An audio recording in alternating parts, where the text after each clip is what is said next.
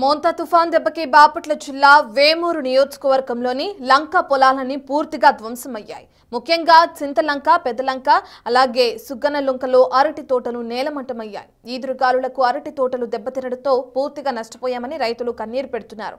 కనీసం కౌలు కూడా చెల్లించే పరిస్థితి లేదంటూ ఆవేదన వ్యక్తం చేస్తున్నారు.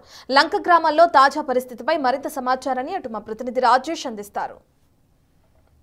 బాపట్ల జిల్లాలోని లంక ప్రాంతాల్లో ప్రస్తుతం మనం ఉన్నాము. ప్రస్తుతం వేమూరు నియోజకవర్గానికి సంబంధించినటువంటి చింతల లంక ప్రాంతంలో ప్రస్తుతం మనం ఉన్నాం. ఇక్కడ చూడొచ్చు అరటి తోట ఏ విధంగా ధ్వంసమైందో తుఫాను దెబ్బకి. చూస్తే నిజంగా ఎంత దారుణమైన పరిస్థితులు ఇక్కడ కనబడుతున్నాయో. ఇది కృష్ణానది పరివాహక ప్రాంతంలో ఉండే లంకలు వేమూరు నియోజకవర్గ పరిధిలో వస్తాయి, బాపట్ల జిల్లా పరిధిలోకి వస్తాయి. మొత్తం కూడా ఒక్క అరటి చెట్టు కూడా కనబడట్లేదు. అంటే ఇది ఒక వాంటెడ్గా నరికేస్తే ఏ విధంగా ఉంటాయో ఆ విధంగా తుఫాను ఈ అరటి తోట మీద దాడి చేసినట్టుగా ఏ విధంగా అన్ని చెట్లు ఒకే సమాంతరంగా ఎక్కడ ఎరగాలి అదే విధంగా ఇరిగిపోయి నేలమట్టమైనటువంటి దృశ్యాలు మనం చూస్తున్నాం. ఇదంతా కూడా చక్కెరకేళి పంట.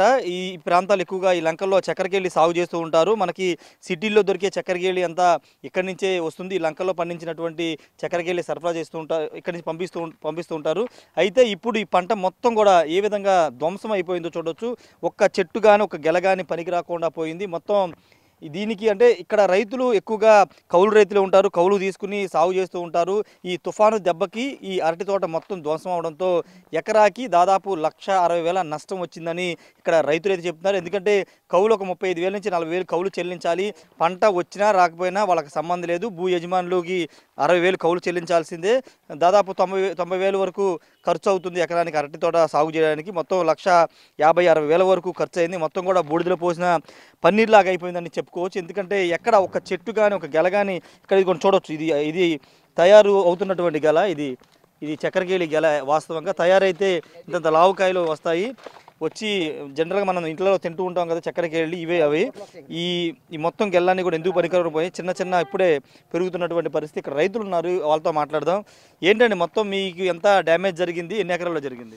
నాకండి సార్ 3 ఎకరాలు మొత్తం 60 ఎకరం అండి నేను చేసేది. కౌలేనా మీరు? 65,000. నాకు చెంటు పొలం లేదండి సార్. చింతలంగా తోడేటి ఆంధ్రీ నేను 6 ఎకరాలు కౌలుకి వేస్తాను. 1.5 పసుపు కదమా అదంతా తట్లే మొత్తం నేలమట్టం అయిపోయింది.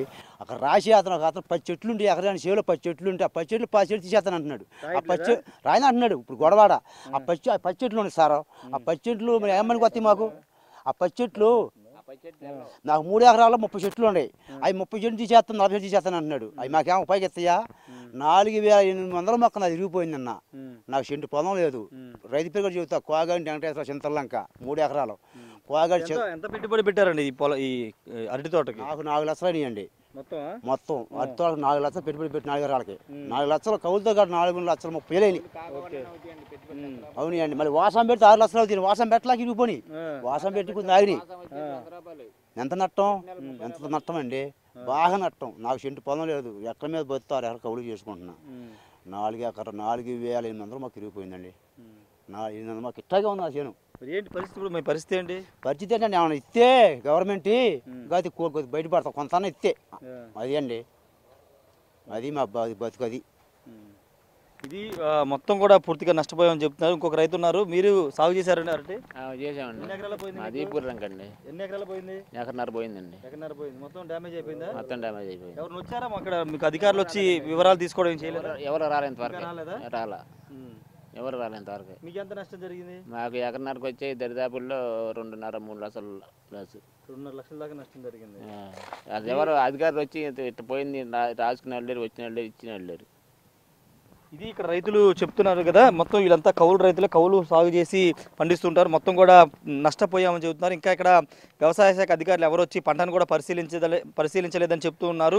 వాస్తవంగా ఈ పంటలన్నీ కూడా మామూలుగా ఈ తుఫాన్ రాకపోతే ఇంకొక 2 నెలలకి పూర్తి స్థాయిలో గెలలు వచ్చాయి, మొత్తం కూడా అమ్ముకునే వాళ్ళు. కానీ ఇప్పుడు తుఫాను కారణంగా మొత్తం కూడా అరటి తోట తుడిచిపెట్టుకుపోయిందని చెప్తున్నారు. ప్రభుత్వం మమ్మల్ని ఆదుకోవాలని చెప్తున్నారు. కనీసం సాయం చేస్తే మేము కోలుకుంటామని ఉన్నటువంటి